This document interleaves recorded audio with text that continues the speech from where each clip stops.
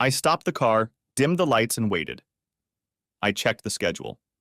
Sure enough, the Monday night express should be here at 10:10 p.m. I checked my watch. In less than 5 minutes, the last phase of my plan was about to take place. 5 minutes to wait. 5 minutes to think it over. It was the culmination of a week's worth of planning, but the story began more than a year before that. The first time, I didn't think much about it. When you've been married for 22 years, you don't expect every time to be a marathon. Every once in a while, there comes a moment when performance is off the charts. All I could do was apologize. When the same thing happened again a week later, I started to worry. I hated to think that I was losing my ability to satisfy my wife, but to lose her, even temporarily, at that point was an absolute disaster. When the first of our children was born, our sex life went downhill. Erica always seemed too tired, or at least that was the excuse. I'd be surprised if we managed to do it once a month. It seemed like the baby was taking all her love, and there wasn't a trace of it left for me. I must have gotten over it at some point because 18 months later, my second son was born. As the boys got older and less demanding, I expected things to get better, but I was wrong. I found it very hard to accept rejection, so I avoided it by giving her time to sleep and going to bed myself. The realization that she didn't want me as much as I wanted her hurt me deeply. But there's more to marriage than fun, isn't there? I could make do with one time every couple weeks. The important thing was that we loved each other. At least I thought we did. Things started to change when my youngest son James went off to university. We started spending more time together, and Erica began to show more feelings. Once a fortnight was no longer enough, and soon we were doing it 2 or 3 times a week. Soon it became even more frequent. It was like we were newlyweds again. I loved it, not only the fun, but it was like we were reconnecting. I felt loved for the first time in years. I started to worry when she told me she still needed more. At my suggestion, she went to the doctor. When I got home that evening, she looked a little depressed. The doctor said she was beginning menopause. According to our doctor, it was her body's way of coping with the fact that she would soon be infertile. Her body was giving her the best chance to conceive before the egg stopped coming. He told her it would only last a year to 18 months and advised her to wait it out. Being a man, I didn't see this as a problem. "I'm going to be infertile," she whined. "It's like the end of something special." I had a vasectomy 15 years ago. I did it because you didn't like the pill or other contraception we tried. That's when baby making ended for me. I don't remember being so moody. You wouldn't be, would you? You're a man. It's not that important to you. Wait. What I'm saying is that being able to have children is very important to a man. It's part of the raison d'etre of his existence. That's why I was so reluctant to have a vasectomy. We decided, no. You decided you didn't want any more children. Now you're complaining because soon you won't be able to have any more children. That sounds like whining to me, because someone is taking away something you didn't want. I knew you wouldn't understand. I tried a different tack. "I'm sorry, Rick.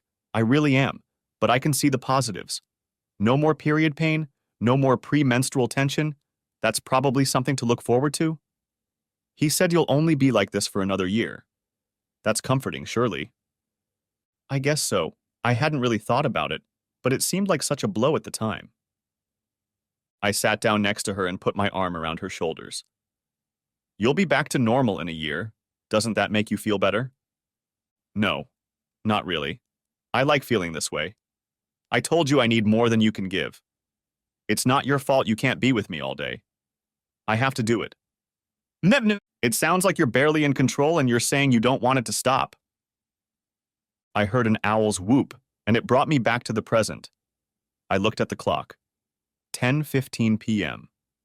Where the hell was that train? The express is never late.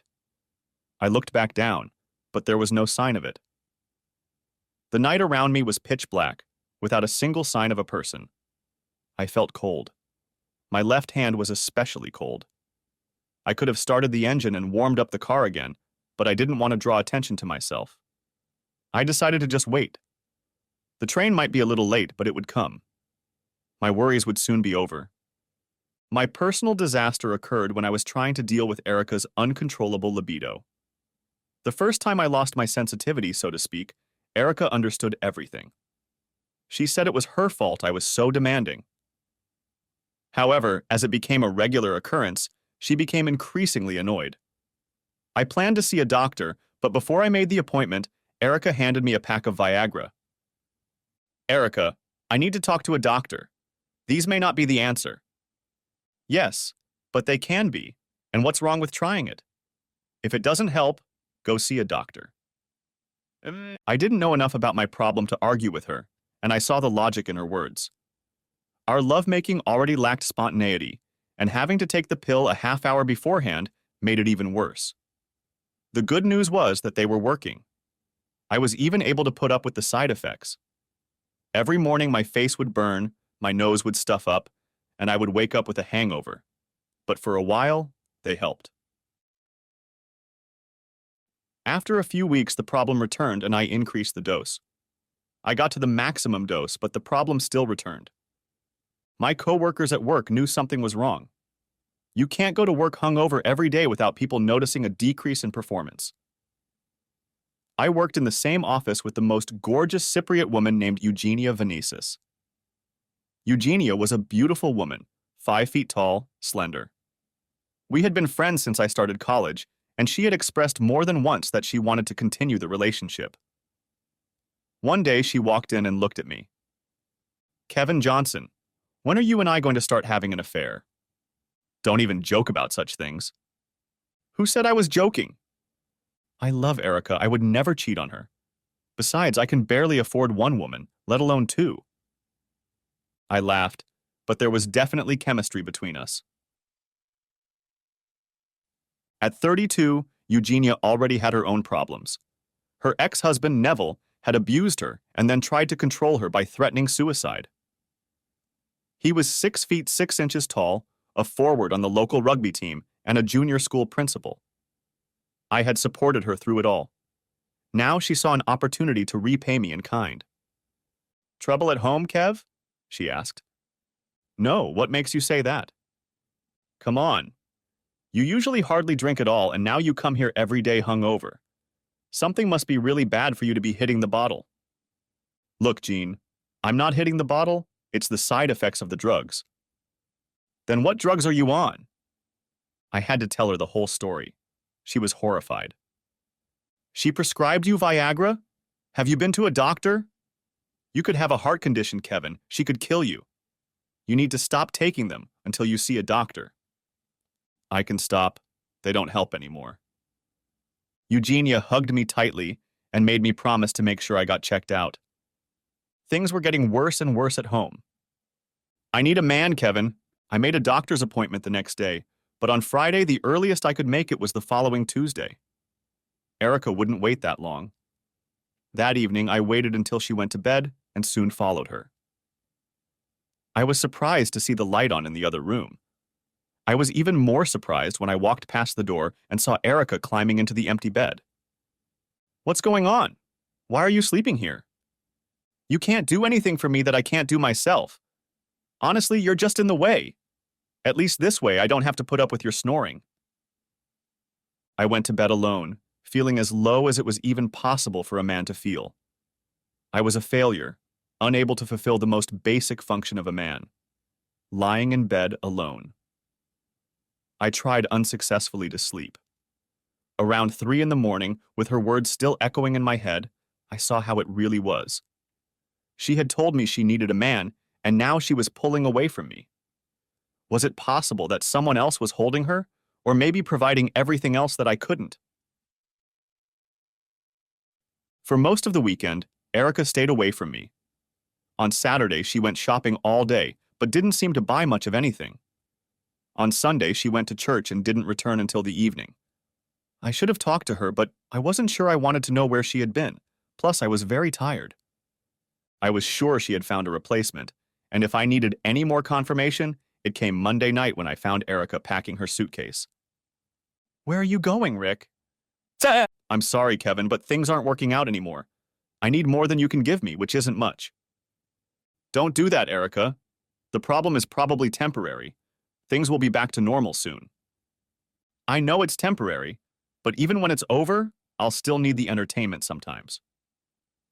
I was talking about my problem, not yours. Many men suffer from erectile dysfunction at one time or another. It's often temporary. She stopped packing for a moment and hugged me. I hope so, Kevin, I really do. I know you love me, and I hate to do this to you, but he's younger and so solid. He takes me places you could never go. It's not your fault. I just need him now. Soon it will be over. My libido will calm down, or he'll get tired of me, and we can get back to normal. We're not in love or anything. She let go of me and went back to her stuff. I left her there and went downstairs. It took a little over half an hour before she appeared at the top of the stairs with 2 large suitcases, an overnight bag, and a large valise. She started down with the smallest bag and saw me watching her. It won't hurt you to help me. Erica, I will do nothing to help you leave this house. If you leave, it will be on your own. She walked down the stairs and carried the small bag to the car. When she returned, she stared at me, hoping I would weaken, but I didn't. She showed me how heavy the bags were and how difficult it was to carry them to the car. As she carried the last bag to the front door, she stopped and looked back at me. It doesn't have to be like this, you know. It's not like it's forever. Can't you just be glad I found someone to take a load off you? Please don't do this, Erica. We can get through this. We both know you're not doing this for me. If you stay, we still have a chance. But if you leave now, you're not coming back. Here, are you going to do this or am I? I held out my cell phone to her. She looked at the screen and saw her cell phone number pop up. What the hell are you talking about right now? Deleting you from my phone and from my life. Are you going to do it or am I? Oh, stop being so melodramatic, Kevin. She was already starting to yell. Of course I'll come back. I just need a real man right now, not a lame excuse. She stopped halfway through, realizing what she had said. I'm sorry, Kev. That's not what I meant. No, you finally said what you meant. And there was a tear in her eyes as she turned and walked away. I pressed a button on my phone and saw the number disappear. The door closed and I put the deadbolt on. That night I experienced the full range of emotions. At first I was angry. How could she do this to me? I had given her 20 of the best years of my life, and she would lash out at me at the first sign of trouble. For better or for worse, for richer or poorer, in sickness and in health, and of course, in denial of everything else. How could she be so presumptuous as to believe that I would sit around and wait for her to come back? I tried to think through what I would do. I would find her young boyfriend and destroy him. I would throw her out. All of this ran through my head, and I tried to convince myself that I would do all of this, but deep down I knew I wouldn't. As I tried to sleep, I became more and more depressed. Everything I could think of made me even more depressed. I must have been asleep because I think I was dreaming. I saw my students standing around laughing at poor old Kev, who couldn't get up in any way. I saw Erica and her lover giggling at how much she missed having a real man. I saw Erica explaining to my son how their lame father had let her down in her time of need. When morning came, I struggled to get out of bed. I made coffee, but I didn't feel like eating. I called the college and told them I was sick, and then I just stayed home. I wanted to cry, but the tears wouldn't come. By noon, I couldn't function normally anymore. I was brought back to the real world by the ringing of my phone, which I couldn't find in any way. After throwing all the pillows off the couch, I found Erica's phone. It was the first thing that spurred me on. I picked it up and made my way to the bathroom and lowered myself into the toilet. I knew I had to protect myself and my sons. I thought I could trust Erica, but I didn't even know who her lover was, so I needed to protect my finances. Obviously, I needed to go to the bank. The people at the bank were surprisingly helpful. On their advice, I opened a checking account in my name and deposited enough money to cover my expenses for a month. I then withdrew my name from the joint checking account we had always used. I emptied our savings account. Erica and her boyfriend were perfectly capable of having a good time, but they wouldn't do it with my money. Back home, I called the insurance company that handled my life insurance. It surprised me how easy it was to change the beneficiary from Erica to equal shares for my sons. The next day, I went back to work. Between lectures, I stopped by the HR department and arranged to have my paycheck deposited into my new account. I did the same thing with the college insurance as I had done with the life insurance policy. On Friday, I was able to meet with an attorney to change my will. That's what led me to waiting for the train on Monday night. I had no idea why I was so cold, and that damn heartburn was killing me. I had just checked my watch again when it happened. I heard a bell ring, red lights flashed, and the barrier came down behind me. I turned to look at the track to see the train coming around the corner. It would soon be over. My suffering was almost over. Something was wrong. The train was moving much slower than usual. Moreover, it seemed to be getting slower and slower. In the distance, but in my direction, 2 blue lights were flashing. The heartburn increased significantly, and I clutched at my chest. Suddenly, the flashing blue lights appeared in the rearview mirror. A police car had stopped on the other side of the barrier. I wanted to start the engine and drive away, but I couldn't get my hand off my chest. 2 policemen approached the car. One tapped on the window, but I didn't move. The heartburn was getting worse. The policeman asked if I was okay, but I could only stare at him. Unable to keep my eyes open, I slipped into unconsciousness as the policeman continued to talk. I remember nurses fussing around me, machines beeping, doctors poking and probing as I drifted in and out of consciousness. Soft lips caressed my forehead. A soft hand held me, but then I was gone again. Bright sunlight streamed through the blinds, beckoning me back to the world of the living. My eyelids fluttered open, and I looked up at the blurry world. I began to focus, and soon made out the television screen above my bed and the magnolia walls of the room. Someone was next to me, and I began to look around. The nurses were busy in their seats. I turned the other way, and there she was. "Welcome back," she said. "You had us worried for a while." I looked at her beautiful face. There was so much love in her big brown eyes. "Eugenia, what are you doing here?" "Well, someone had to be here. James is coming this weekend. Peter asked me to keep him posted, and he's coming as soon as he can. It's a long way from Durham." "But how did you find out?" "I got a call from the hospital. My number was the only female number on your phone, so they assumed I was your wife. When they called, I thought it was about my ex-husband. Once I knew it was you, I had to come over." "How long have I been here?" 2 days. I've been here between classes and lectures. The college has been very good about it. They can't wait for you to get back, and some of your students want to join you when you're in uniform." "Erica?" "I don't think she even knows. She hasn't called you and she's not home. I'm not trying to hide it from her, but I'm not going to look for her either. I think she's the reason you're here." She squeezed my hand and kissed me lightly on the lips.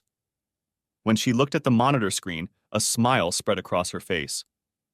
"You must be getting better. Your heart rate went up 10 beats per minute when I did that. Now I need to get back to work for a while. I'll be back this afternoon and we'll see what the doctors say about you."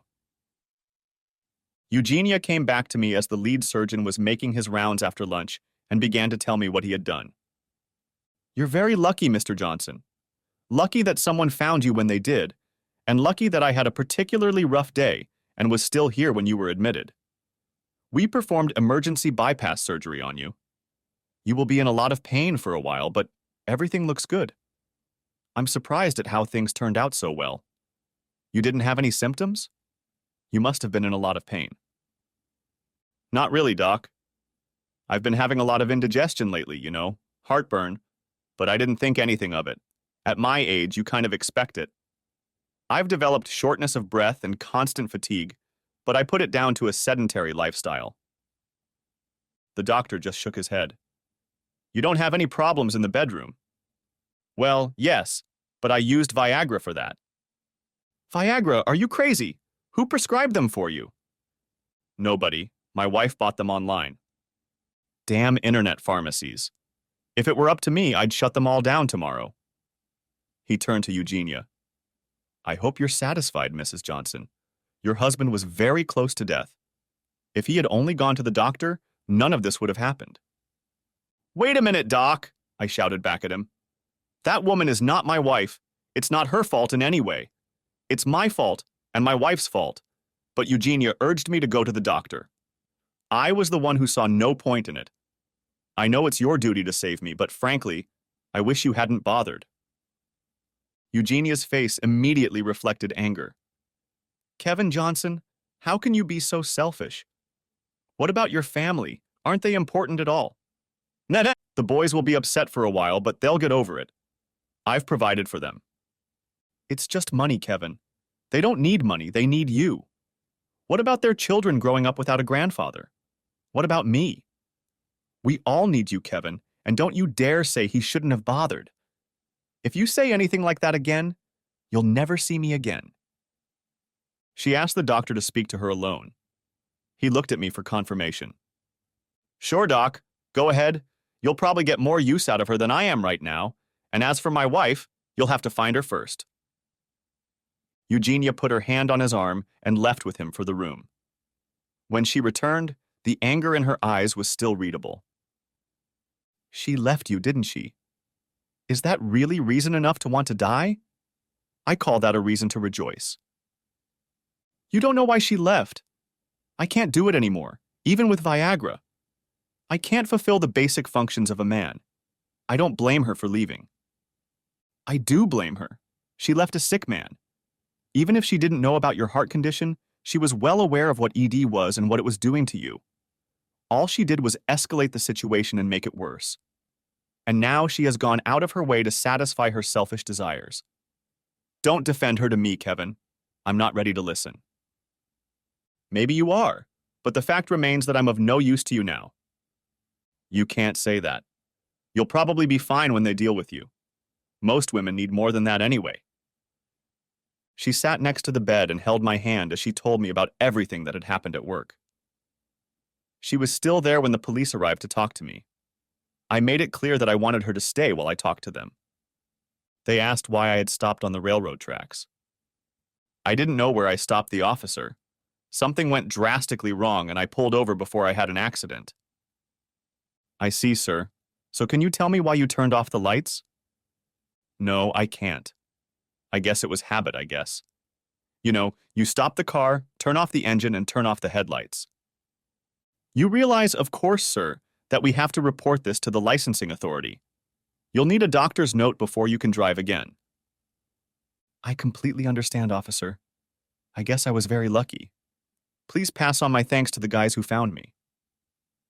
All right, sir, we will. Now we'd better let you get some rest. They turned to leave when I remembered that there was something I needed to know. Oh, officers, can you tell me what happened to my car? It's at the police station, sir. You'll need to pay the cost of recovery, and you can have it back. Now, if that's all, we'll leave you alone. I turned to look at Eugenia. Her hands covered her eyes, and I could hear her sobbing. She pulled away when I reached for her. You were really going to do it, weren't you? You stupid, stupid man. You sat around waiting to get hit by a speeding train. Why, Kevin? Why? Because of the boys.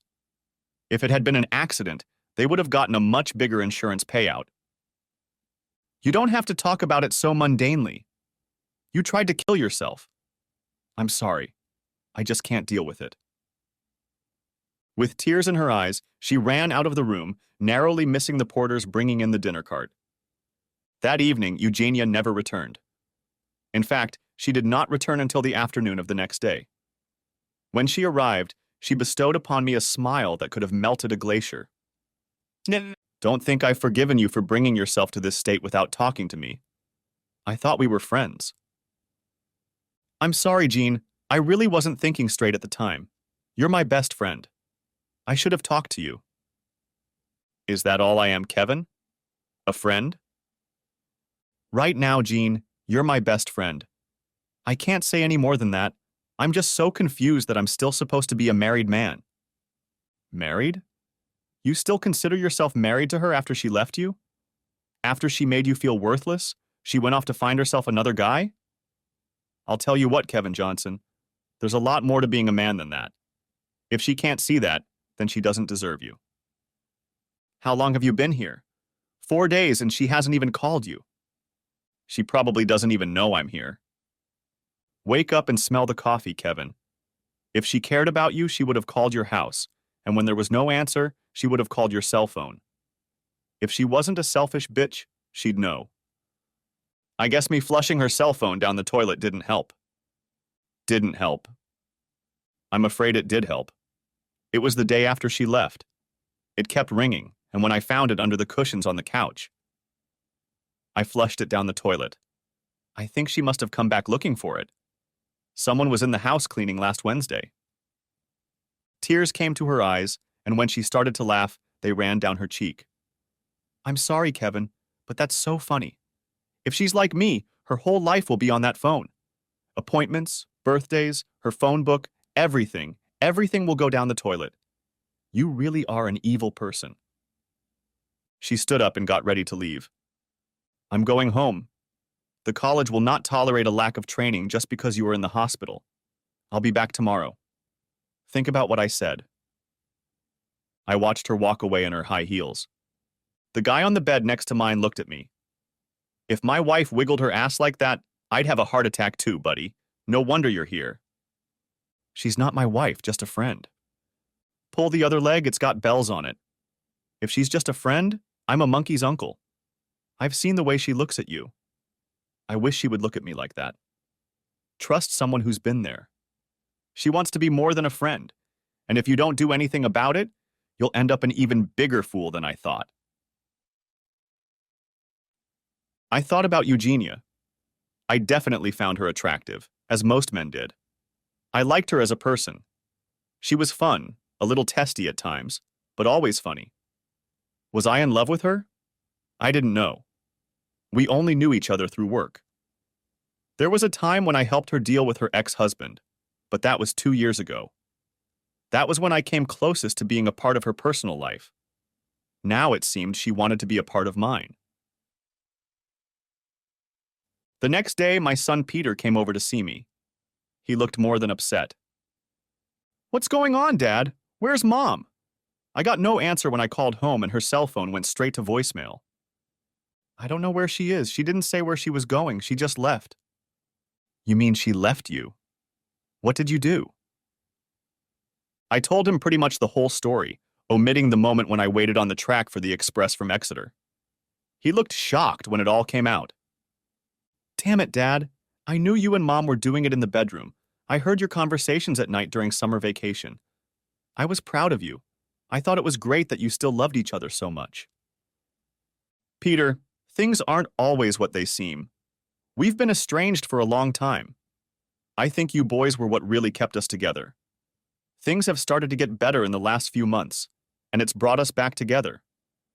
I was hoping for a happy life together. It all went wrong when I started having problems in the bedroom. Apparently, it was related to the illness that got me here. That's when I realized she didn't need me. She needed any man who could do the job.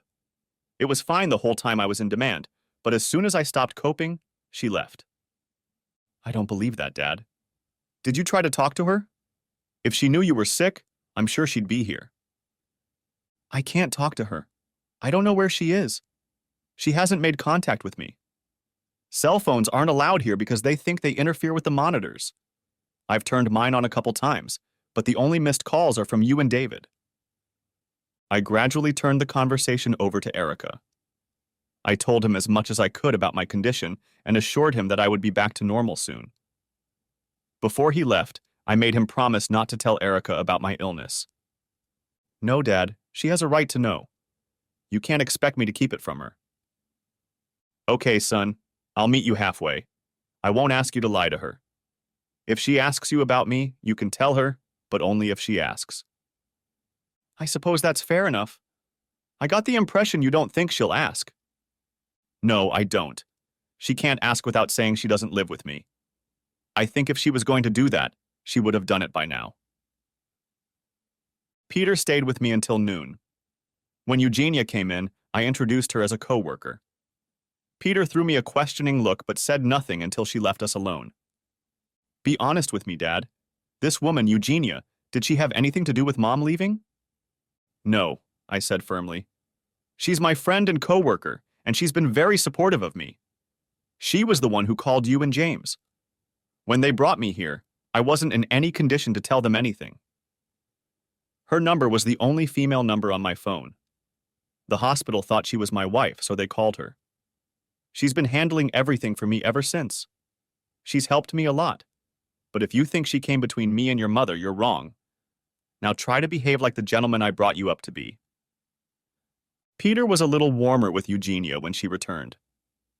Eugenia seemed pleased with the change in his attitude. He thanked her before leaving and she pecked him on the cheek. She stayed with me until the evening and then left to get ready for class. Over the next week, I underwent several tests and eventually all the monitoring equipment was removed. When the surgeon came to see me, I was a different person. I thanked him for the excellent job he had done in keeping me alive. Are you feeling more positive now, Mr. Johnson? I have some news that may help you feel even better.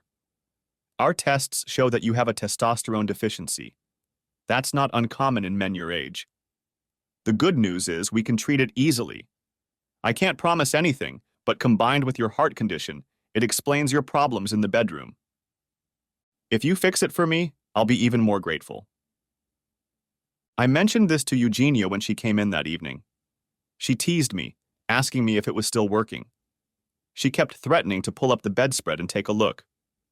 When my morning glory returned, I kept her to myself.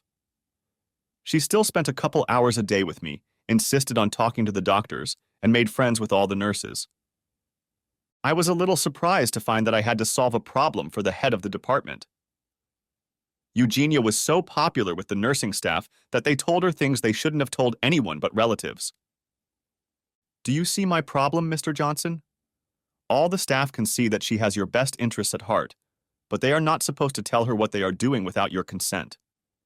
Of course, if you gave your permission, it would solve a lot of problems for me. First of all, sister, call me Kevin. Everyone else does.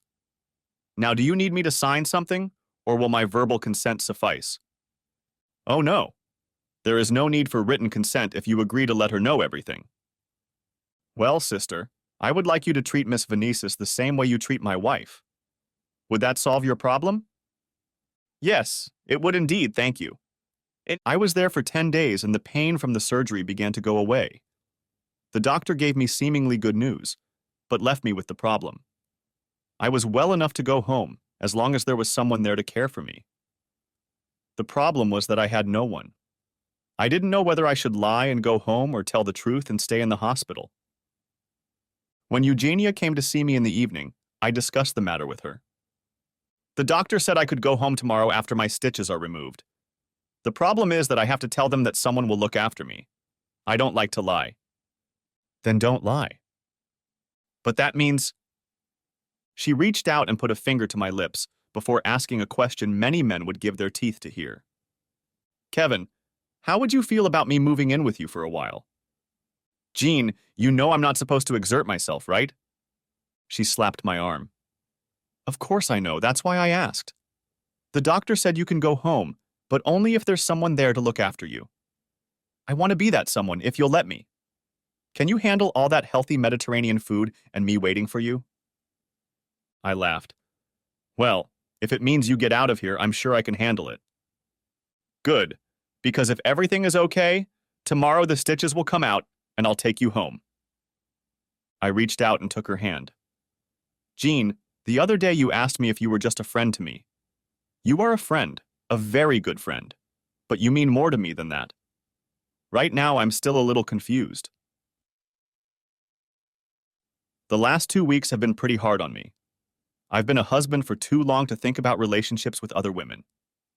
If you're willing to put up with the fact that this old man might fall in love with his nurse, I'd be very happy to have you as my nurse. She gave me a sly smirk. You're just trying to get me to wear a uniform. Give me the keys to the house. If you're going home tomorrow, I need to get ready and buy a nurse's uniform.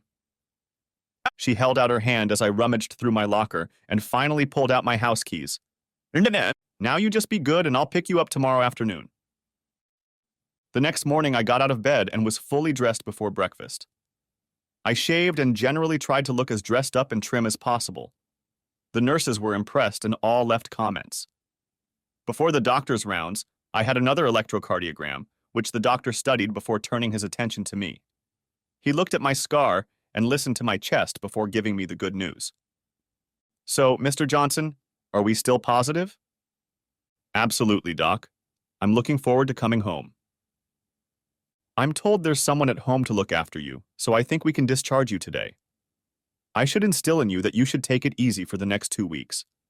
After that, we'll start doing some gentle exercises, and then we'll move on to a fitness regimen in a couple months. He shook my hand and wished me well. Come on, Mr. Johnson, the nurse is here to take you home. The ride home was amusing, to say the least. We sat on the couch and watched TV. When it was time to go to bed, she helped me up the stairs. When we got to my bedroom, she said, "Good night." Oh, and Jean, thank you for being so. Like this.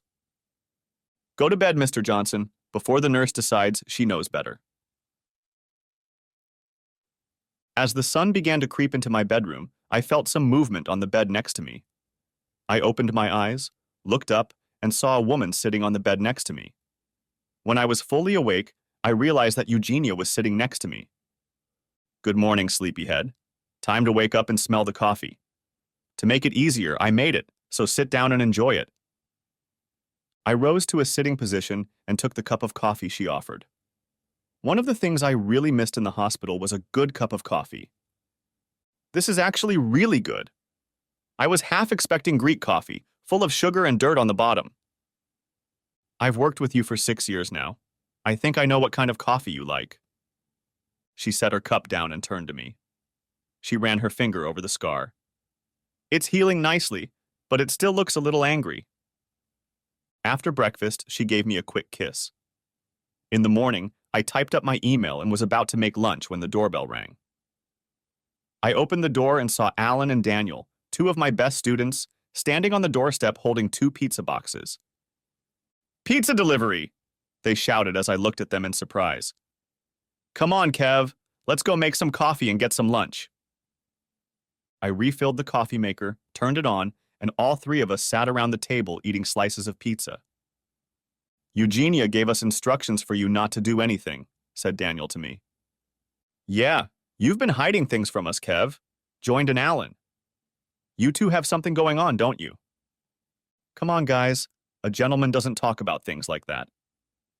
"Then we'll take that as a yes." Alan laughed. "Hey, that's one of your professors you're talking about. Show some respect." "Yes, but that doesn't stop her from being beautiful, does it?" I changed the subject and asked them who had taken over my classes and inquired how they were doing. They weren't impressed. The college had hired a temporary replacement, and the students were unhappy with his level of expertise. He didn't seem to care about keeping up with new developments and only knew text-based solutions to any problems. My more advanced students were used to thinking for themselves. We had a saying, "The right solution is the one that works."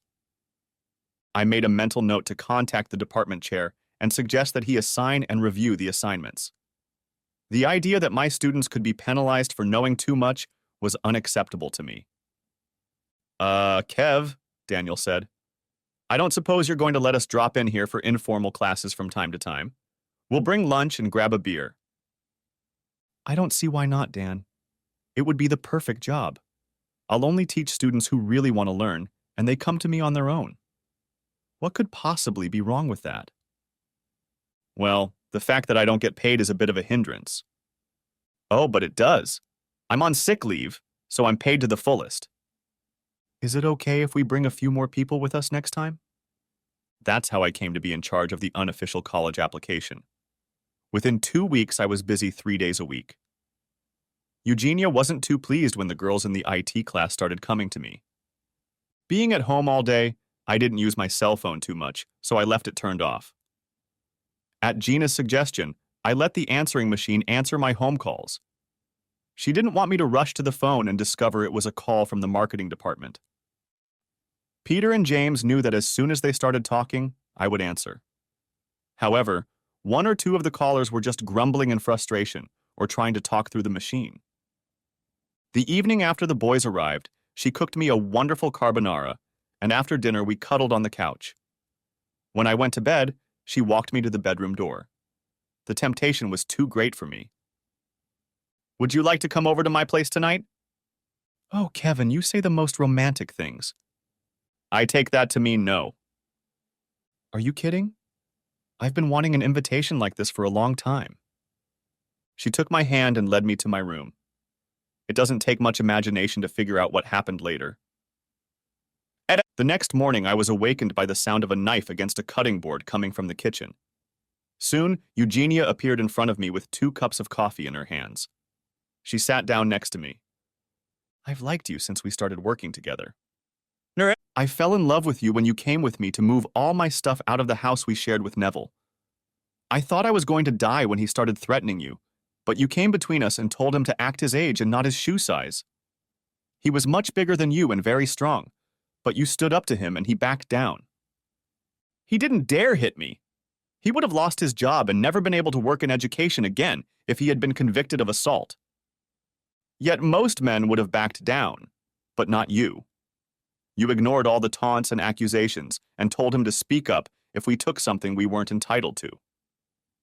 Yes, but weren't you surprised when he pointed at you and said, She is my wife. You have no right to take her." That's what struck me when I heard your answer. My heart rose in my chest and I realized I wanted you. I don't remember that moment. What was so special about what I said? You just stopped, looked him straight in the eye and said, "No, she was your wife, but she is no longer. If you really think of a wife as a thing, like a car or a coffee table, then you shouldn't have gotten married." I knew right away that you were exactly the man I needed.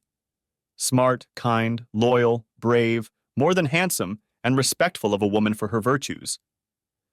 You're a little overweight, but I can fix that. The only drawback was that you were already married. We went down to breakfast and I found out what this was all about. Eugenia had made a fresh fruit salad with Greek yogurt. I looked at it with some surprise. She realized I wasn't used to starting the day this way. I told you this was going to be a healthy meal now. Don't worry, eggs and bacon won't be completely off the menu, but we'll work on changing your diet. That's fine with me, but don't expect me to start liking cornflakes. Then write me a list of what you don't like, and I'll plan meals with that in mind. We sat and enjoyed our breakfast. When I added a slice of toast, it turned out really good. As we drank our coffee, I went back to the conversation we had in bed. So if Erica hadn't left me, would you still be waiting? I guess so. I knew things weren't okay at home. You never said anything, but all those conversations we had told me that you weren't getting what you wanted out of your marriage. It was only a matter of time before the cracks spread in all directions. And all this time I had no idea. Why would you? I didn't run after you or do anything like that. She stood up and put the dishes away. Well, one of us has to go to work, so I better get going. I reached out and took her hand and kissed it. Thank you, Jean. Thank you for everything. She smiled at me, kissed me, and left. And when it was time to go back for her checkup, she took the day off and came with me. I went through a battery of tests, including the mandatory EKG. They put me on the treadmill for 10 minutes and then ran all the tests again. And all this before I even met with a counselor. When I did get to see him, he held out his hand to me and I shook it. Everything going well, Mr. Johnson? Yes, thank you, Doc. And no more pain? No, everything's great. I feel better than I have in a long time. What about the other little problem? Any improvement? The problems in the bedroom seem to be behind me. Well, I'm very glad to hear that. Your test results look very encouraging. We can leave it another 2 months before I see you again. In the meantime, I've made an appointment for you to see a physical therapist. They will work out an exercise regimen for you. We need to make sure we don't see you again for a while. I was relieved when the physiotherapists didn't advise me to go to the gym. I couldn't stand all those competitive muscle flexing exercises. A rather nice lady suggested I start with brisk walking every day. Bicycling and swimming were also recommended. I could see that Eugenia was itching to ask a question. When she did ask it, she managed to confuse both me and the physical therapist. "What about sex?"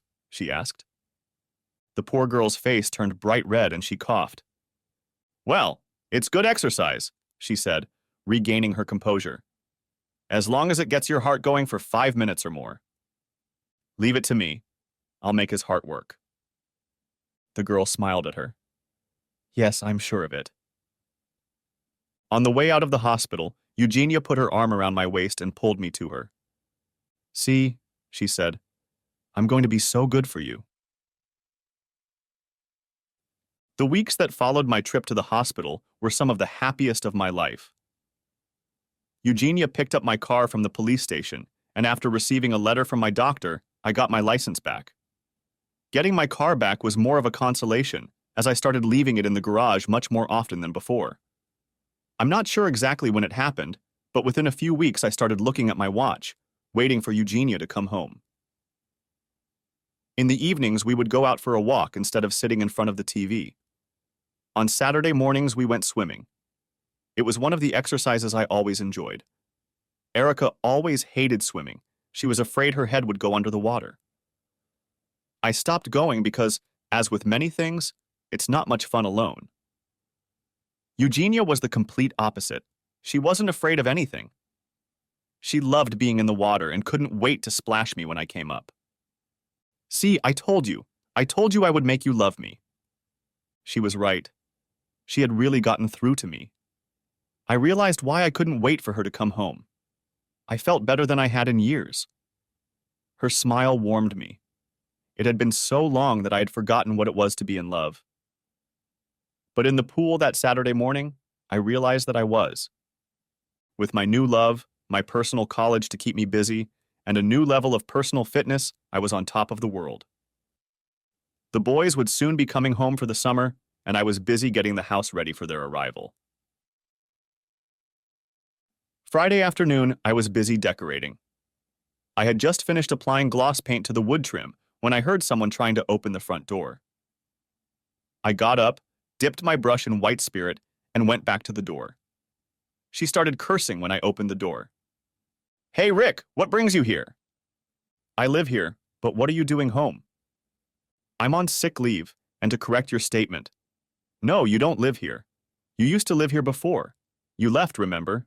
In search of greener pastures or harder penises, didn't you? If you're going to be rude, I'll come back later and let you in."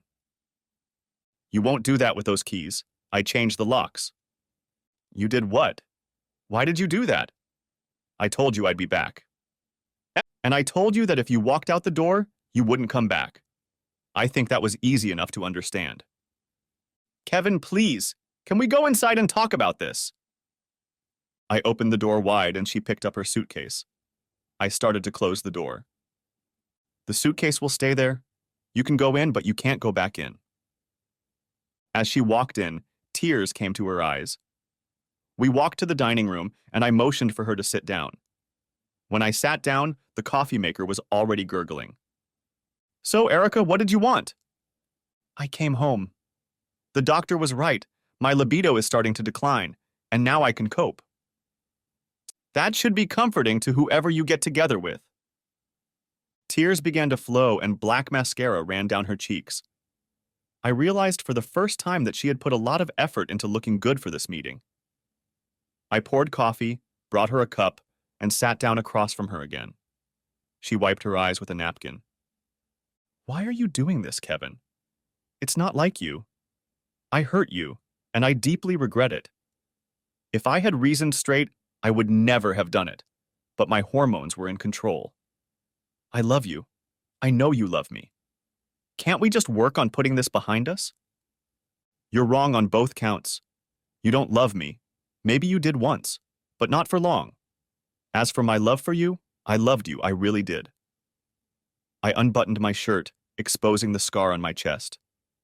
"They opened my heart, and all my love for you poured out. She brought her hand up to her mouth. What happened? Why didn't anyone tell me about this? I told you what happened.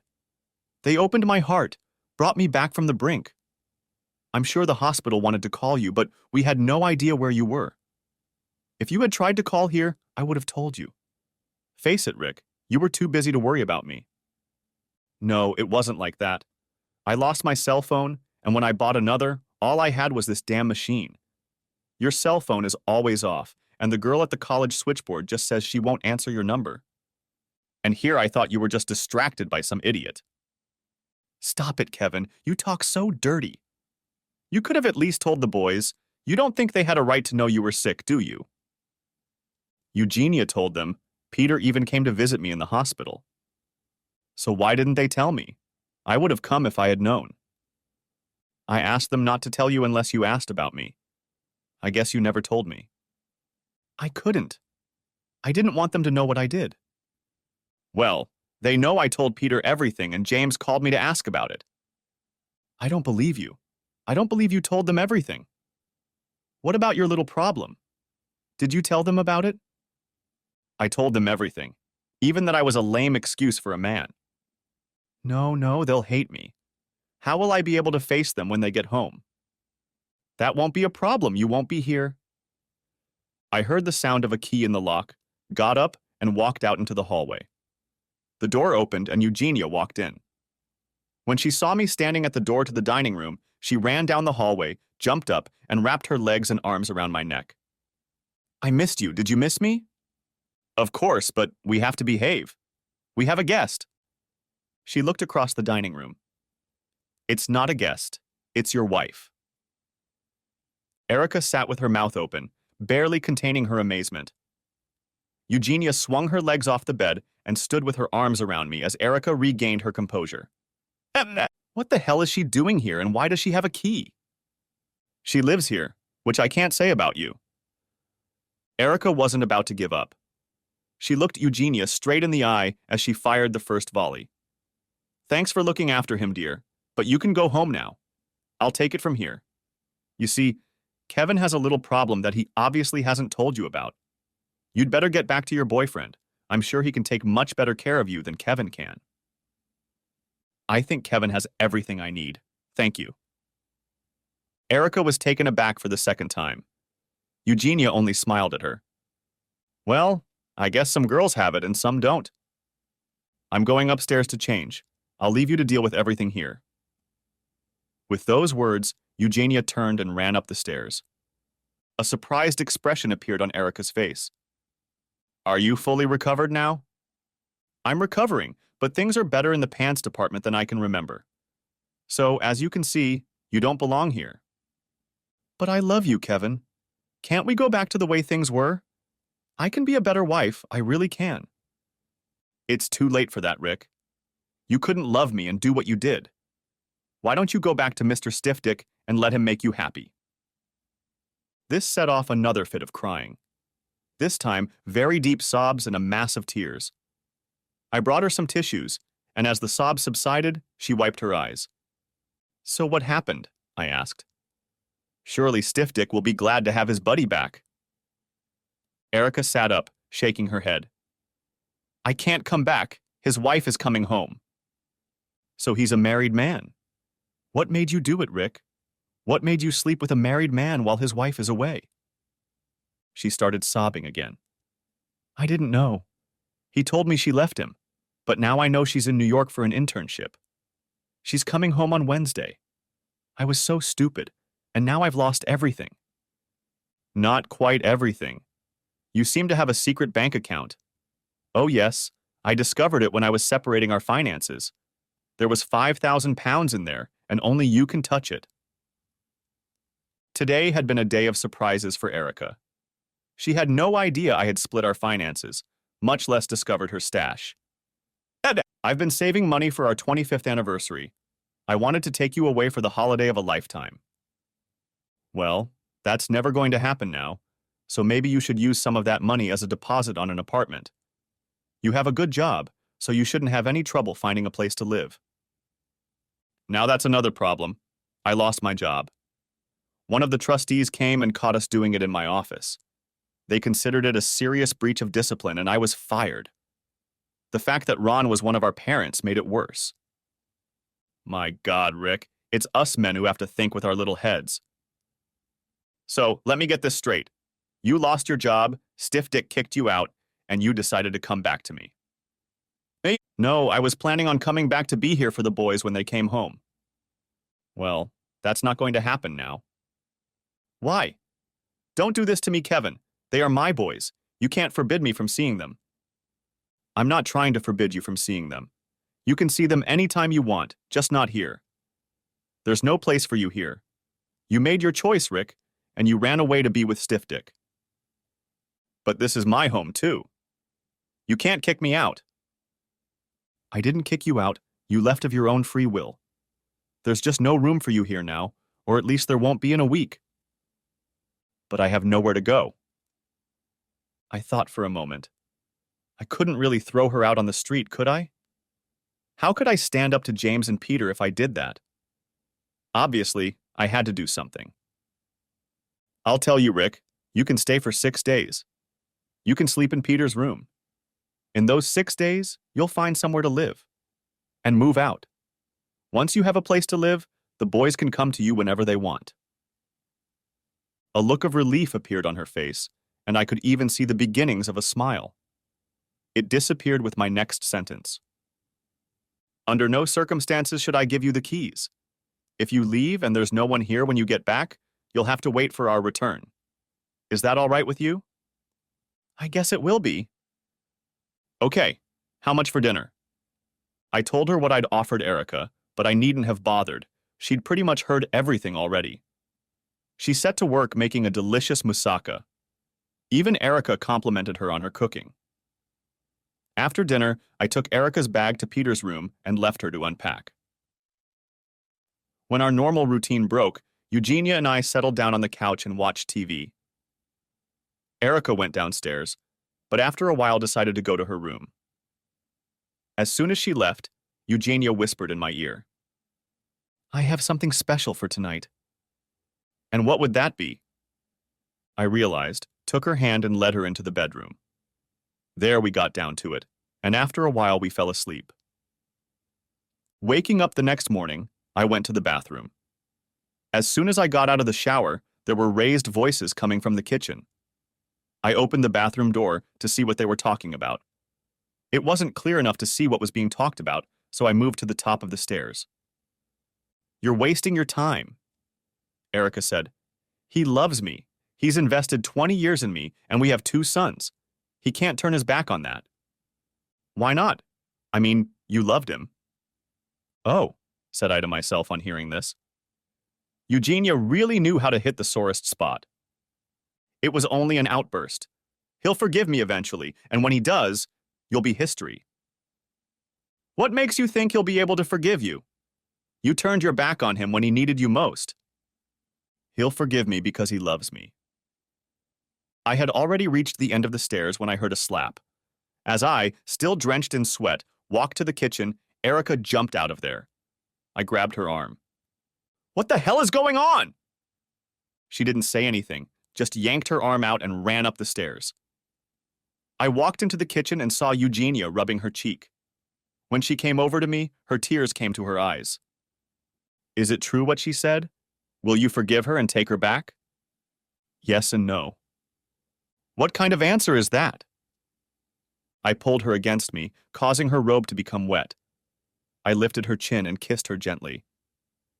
I'm really angry with her right now, but I know it will pass with time. So yes, I can forgive her. Hate is such a negative emotion. However, don't confuse forgiveness with forgetting. I will never forget what she did, which means there is no going back. I gave her a week, and that's all she'll get. If you want eggs and bacon, you're welcome. Eugenia and I will take fruit, yogurt, and toast. She paused and put the skillet away. I can't believe it. You've never turned down a fried breakfast before. Yeah, but a lot has changed.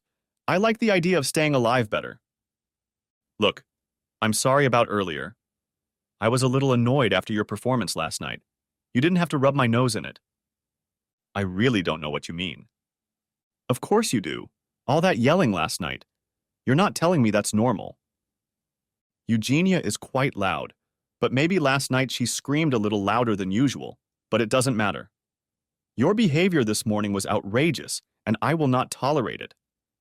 No matter how loud she is, if you raise your hand at her one more time, your feet will not touch the ground on your way out that door. As long as you live in this house, you will treat her with respect. She's no match for you, Kevin.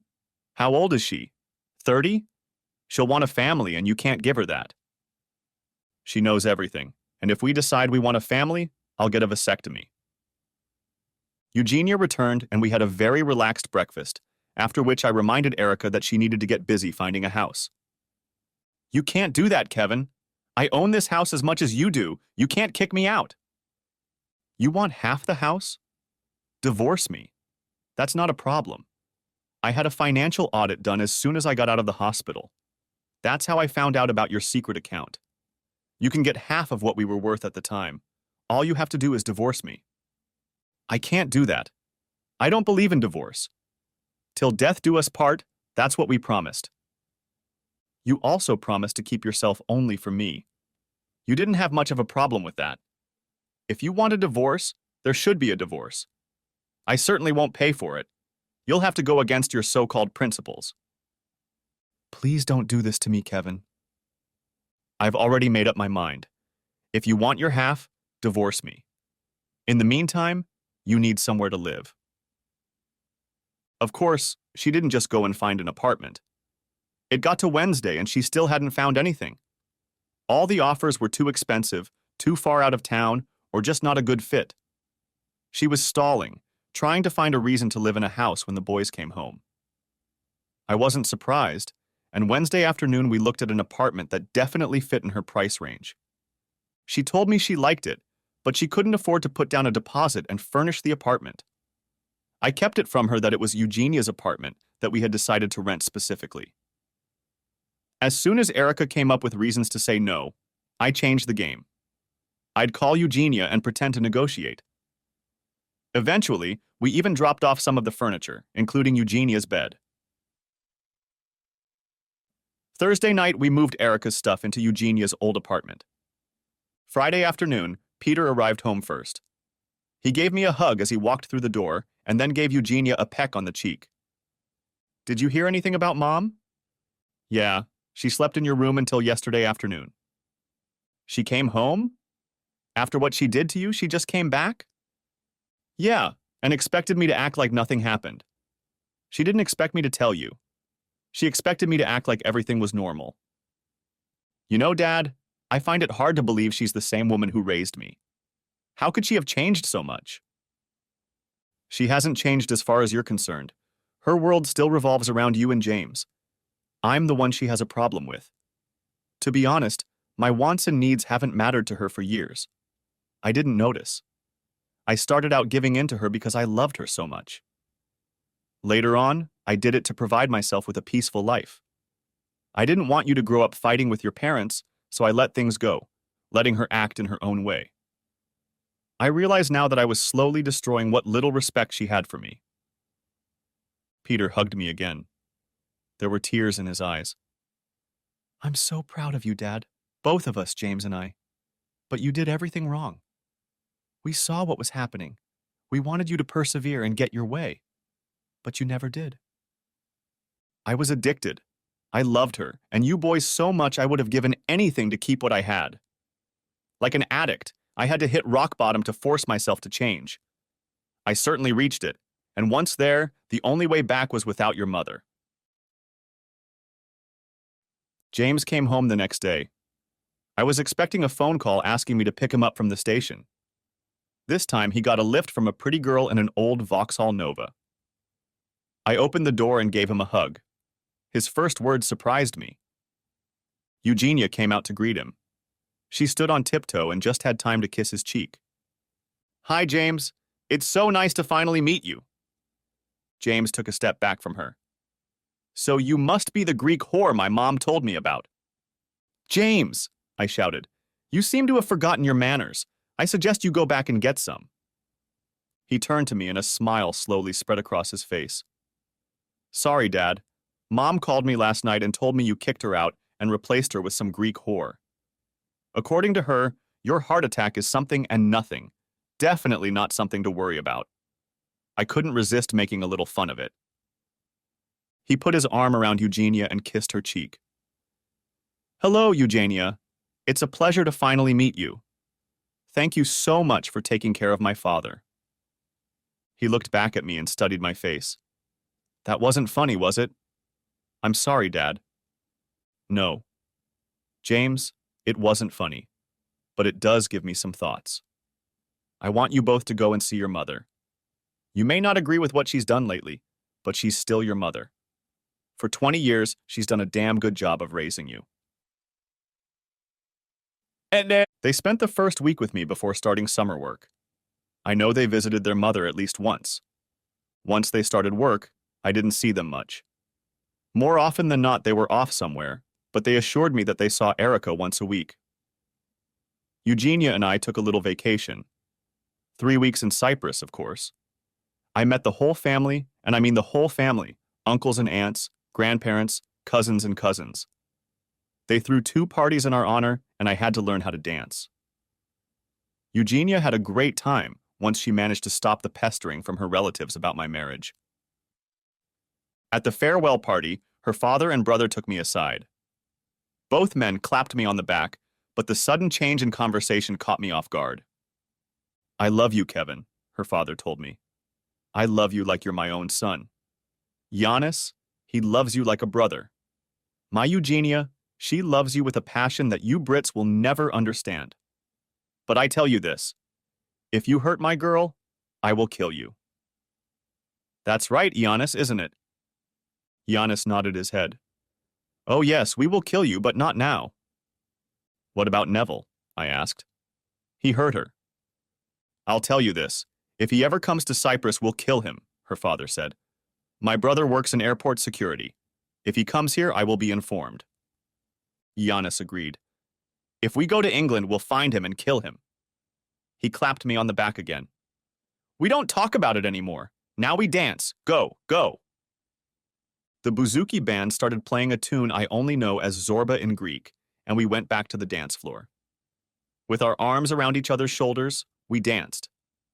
One by one, all the other men joined us. That night, as I went to bed, I mentioned Eugenia's threats. She laughed. He doesn't really mean he's going to kill you. That's a figure of speech we have. When a Cypriot says he's going to kill you, it means he's very angry with you. If everyone who said that killed someone, we wouldn't have anyone left alive. That comforted me a little, but I was still relieved when we got on the plane and flew home. When classes began in September, the doctors declared me fit for work. Eugenia and I appearing together was perplexing, but other than that, nothing much had changed. In October, Peter and James returned to the university. The house became quiet except for the noise of our lovemaking. Throughout the summer vacation, Erica had barely left my mind, so I was surprised when she called me. What's the problem, Erica? I asked. No problem. I wanted to talk to you for a while. I found a job. That's good news. What are you going to do? The same thing I used to do, run a daycare center. So what do you need from me? Do you need a recommendation or something else? No, Kevin, nothing like that. The job in Taunton. I'm going to move in with my sister until I get back on my feet. I was wondering if you could give me a ride to the station. Are you sure you don't want to take a cab? I'll pay if you're a little short. No. Really, I'd like you to drive me if you can. It will give us a chance to talk one last time. All right, when? I can Tuesday morning or Thursday afternoon. Okay, I'll do Tuesday morning. Thanks, Kevin. Eugenia was sure that Erica had an ulterior motive. I wanted her out of my life. I hoped she wanted to talk about the divorce, but maybe that was too much to hope for. The weekend flew by, and in the blink of an eye, it was Tuesday morning, and I was already parked outside Erica's apartment. She came out to meet me and invited me to come in for a cup of coffee. We sat for a while before she started talking. I've been a selfish bitch, haven't I? You're not going to get a rebuttal from me about that. It's all the same, Kevin. Don't sugarcoat the situation. Just tell me straight. Well, you did ask. Yes, I did. Tell me, Kevin, are you happy? Does she make you happy? Yes. She really cares about what I want. We don't fight for control all the time. Is that how you envisioned our relationship? Not at the time, no, but lying in the hospital, I had a lot of time to think about it, so yes, that's how I see it now. Why? Is it not like that? I didn't understand at the time, but I do now. I've always loved you, Kev, but somewhere along the line I lost respect for you. Every time there was a conflict, you backed down. I complained about your music, you stopped playing it. I refused to go to bike hangouts with you, you stopped going. Come on, Rick. You didn't just complain about my music. You walked into the room and turned it off. When I argued about it, you'd start, "What's that awful noise? The neighbors will think you're killing me." You jumped all over me. I didn't want the boys to see us fighting, so I gave up. It didn't seem like such a big deal. When it comes to bike racing, you realize it was more than just your reluctance to ride. I remember all the emotional blackmail, the stories about how boys need shoes, while I was having fun attending race meetings. You told me I was always too busy to spend time at home, but could carve out a weekend to go to the races. I worked long hours to give you what you said you needed. I stopped going to races because, honestly, the choice was between that and giving up my family, and I couldn't bear the thought of losing my boys. Looking back, I wish I had given up something you didn't like. Along with everything I gave up, a piece of Kevin Johnson died. I wasn't me anymore. I was just your husband who did whatever you wanted. I actually liked being at work. At least there I felt important. My coworkers respected me. My students looked up to me, and 20-something girls flirted with me. At home, I was completely under your control, but that didn't change anything. In fact, it got worse, even when you kept getting your way. I watched the tears roll down her face. She was silent for a while. Then she wiped her eyes and looked at me. I'm sorry, Kevin. I can't tell you why I did what I did. Probably because of Mom and Dad. They've always had a tumultuous relationship. I guess I thought it was normal. My mom would provoke my dad. They'd fight and then make up a couple days later. When I provoked you, you just kept quiet and kept it to yourself. I started to see you as some kind of weakling. Even my father fought back more often than you did. As I recall, he abandoned your mother when you were 12. Didn't that teach you anything? If that's your idea of what marriage should be, I wish you had told me that from the beginning. We could have both avoided a lot of heartache. I'll tell you, Rick, that the moment your attraction went crazy, I was ready to give up everything. If we made love once a month, that would be unusual, and that's only if you had a drink or two. You didn't even like me touching you. Do you have any idea what constant rejection does to a man? We were so far apart, and I could see it was getting worse, but I supported you. I thought that when we were alone, things would either get better or we'd have to break up. That all changed when you suddenly became affectionate again. I really thought there was hope for us. I soon found out it was all about you again. You wanted entertainment, and I was just the most convenient source. She sobbed again, and I sat in silence as she picked herself up again. Eventually, she managed to get a few words out. I'm sorry, Kevin. I really am. I didn't realize how bad it was until I remembered how I treated you. When things started going wrong for you, I should have made sure you saw a doctor. I was too consumed with my own needs to realize what that meant for you. I was looking for instant relief and gave you Viagra. My God, I could have killed you. I don't blame you for being mad at me. The things I did and said to you were unforgivable. I don't know what came over me. I really thought I could do whatever I wanted, and you would just accept it. I looked at my watch. What time is your train? Shouldn't we be moving out? The express from Exeter arrives at the station at 11:15. I need to be there by then. I'll get my bag and we'll be on our way. I carried her bag to the car. She seemed a little light to me. As I passed her car, another question visited me. Why are you taking the train? Why don't you drive and take all your stuff with you? You know I don't like traveling long distances. Besides, it's almost impossible to park in Taunton, and Julie's house is a stone's throw from the daycare center. I've offered the car to James if he wants it. If not, perhaps you can sell it for me." I nodded in agreement and got in the car. As Erica got in, she smiled at me with such a warm and loving smile that I recoiled a little. "I didn't need to ask. I can see that she makes you happy. You have that sparkle again. That sparkle in your eyes that you had when I fell in love with you." I wondered what happened to her. I guess over the years I must have just etched it out of you. I'm glad she's back. The rush hour traffic had thinned considerably, and I got her to the station in no time. I found a spot in a short-term parking lot, and we sat in the car just looking at each other. "It's really too late for us, isn't it, Kevin?" "Yeah, you've gone too far this time. There's no going back. Why don't you just divorce me and be done with it?" She stroked my cheek. "I can't do that, Kevin, my love. Until death do us part, I made a vow and I'm not going to break it again. I will always be your wife, even if you divorce me." I shook my head, getting out of the car and grabbing her bag. We walked hand in hand into the station building and onto the platform. "There's no need to wait. You need to get back to work." I nodded and turned to leave, but she grabbed my arm. "Tell the boys I love them." "Tell them yourself Taunton isn't that far away." "Stop pretending, Kevin. They only come to me because you send them." "Give them time. They'll come around." She reached up to my neck, pulled my head down, and kissed me with a passion I didn't realize I had. When we broke the kiss, she whispered, "I love you, Kevin Johnson, and I'm going to let you go. Now get out before I burst into tears." There was water in my eyes as I turned and walked away. You can't part with 20 years without sadness. I got in my car, and without thinking, I started the engine and drove off. Just as I parked in the college parking lot, the phone rang. It was Eugenia, and I answered it immediately. "Did she leave?" "I think so. I left her on the platform waiting for the express to exit her. She should be on her way by now." "I doubt it. The express doesn't stop at Braunston Junction and go to Taunton.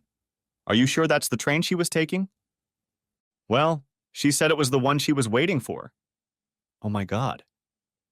"What is it, Kevin? What's wrong?" "I can't talk right now, Jean. I have to get back to the station." I dropped the phone, started the car, and drove out of the parking lot with a squeal of tires. I'm surprised I didn't get arrested for driving on my way back to the station. I was breaking the speed limit and running red lights, anything to get to the station faster. As soon as I pulled up to the entrance, I realized I was too late. There were police cars and an ambulance in front of the entrance. I left the car in the parking lot and ran to the entrance. The mesh gate was closed and locked. A few minutes after I started banging on the gate and yelling, a police officer approached me. "There has been an incident, sir. The station is closed." "What kind of incident?" "My wife is on the platform." "I'm afraid that's all I can tell you, sir. I must now ask you to leave." I had no idea what to do next, and more out of routine than anything else, went back to work. It's amazing how well you can work in a state of shock. It's like an airplane flying on automatic pilot. That's how it is for me, shutting myself off from every possible option and performing the familiar activities of the day. At 4 o'clock in the afternoon, the department chair walked into my lab. "Mr. Johnson, you are expected in my office. I will cover the rest of the class and deal with the rest of your day." When I got to his office, I was not surprised to find the same police officer I had met at the station. Standing next to him was Eugenia. He asked me to sit down and told me the bad news. Witnesses claimed that some man said an affectionate goodbye to her on the platform. She looked upset after he left. As the express train roared through the station, she calmly turned and stepped off the platform into its path. She didn't stand a chance. The funeral was not lavish. James gave the eulogy. I noticed a couple in the back of the church. 2 people I didn't know. As the casket was being carried out, I approached them to thank them for coming. They tried to leave, but the door was blocked by the casket and the porters. When I held out my hand to thank them for coming, the man burst into tears, and between sobs said how sorry he was. "I'm so sorry," I said. "I know you." He continued sobbing, so his wife spoke up for him. "No, you don't know us, Mr. Johnson. My husband was on the train. He's been acting like that ever since. I told him it was a bad idea, but he said he had to come." I rushed over to the man and hugged him. Patting him on the back, I spoke to him. "It's not your fault, old boy. She just took advantage of your train to do what she wanted to do. There was nothing you could have done, nothing any of us could have done." His wife squeezed my hand. "Thank you," she said, and led her husband away. There were more tears at the graveside, some sincere, others not. Both of my sons were visibly upset. The pastor said what he had to say, though I heard nothing. We all threw our bits of earth on the casket, and one by one people left. A fine drizzle began to fall, and I was left alone, looking at the coffin. "You know, Rick, it wasn't supposed to be like this. I was supposed to be the one lying there while you stood here gloating about Stiff Dick moving into our house. For that matter, I never thought much of the train driver. I guess I was just as selfish as you were at that moment. Don't worry, I'll watch our boys. You know they love you, and I guess in a way I do too. I certainly didn't want it to end this way." I threw the last handful of dirt on the coffin and left. Eugenia was waiting for me at the churchyard gate. She held open the door of the limousine that was to take us home. James and Peter were waiting in the car. "You're going to have to be strong for these two," she said, "and I'll be strong for you." 3 weeks passed before the boys returned to the university. The colleges urged them to do the full term, but I think they wanted to get bogged down in work. I insisted that they communicate with a counselor weekly. When they were gone, I felt like I could give an outlet for my grief. As Eugenia reminded me, I had lost 22 years of my life. I had lost someone I loved and with whom I had once planned to grow old. It was normal to feel the loss. Whenever I cried, she was always there to support me. Of course, this made me love her even more, and within 3 months I asked her to marry me. Mom, Dad, and Giannis are coming to the wedding. If I were Neville, I wouldn't get distracted. The end. Thanks for watching. I hope you enjoyed it. So subscribe to my channel and watch the next video.